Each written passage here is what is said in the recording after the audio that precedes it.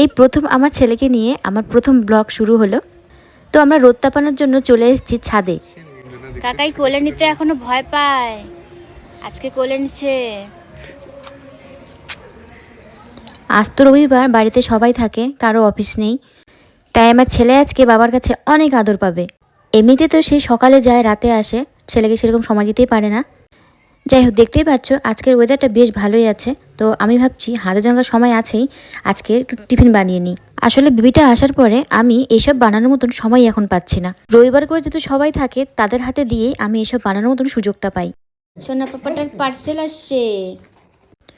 আমার ছেলেটার তো সবেমাত্র 1 মাসই পার হলো, তো তার জন্যই কিছু প্রোডাক্ট অর্ডার করেছি।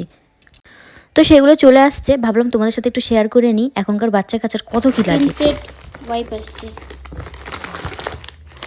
এটা অনেক দিন চলে যাবে, মানে মানুষ এটা নিচ্ছে না।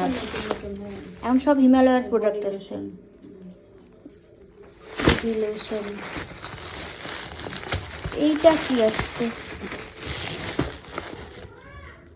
আচ্ছা, এটা শ্যাম্পু।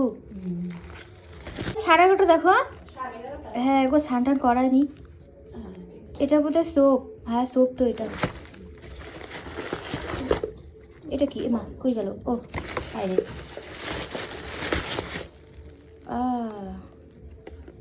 এটা কি? এ পাপা, এটাও তো লোশন। এটা লোশন।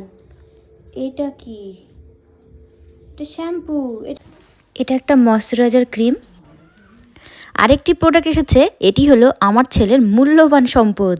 তো আজকের আমার এই ব্লগটি এই পর্যন্ত থাকলো। So tata, bye bye.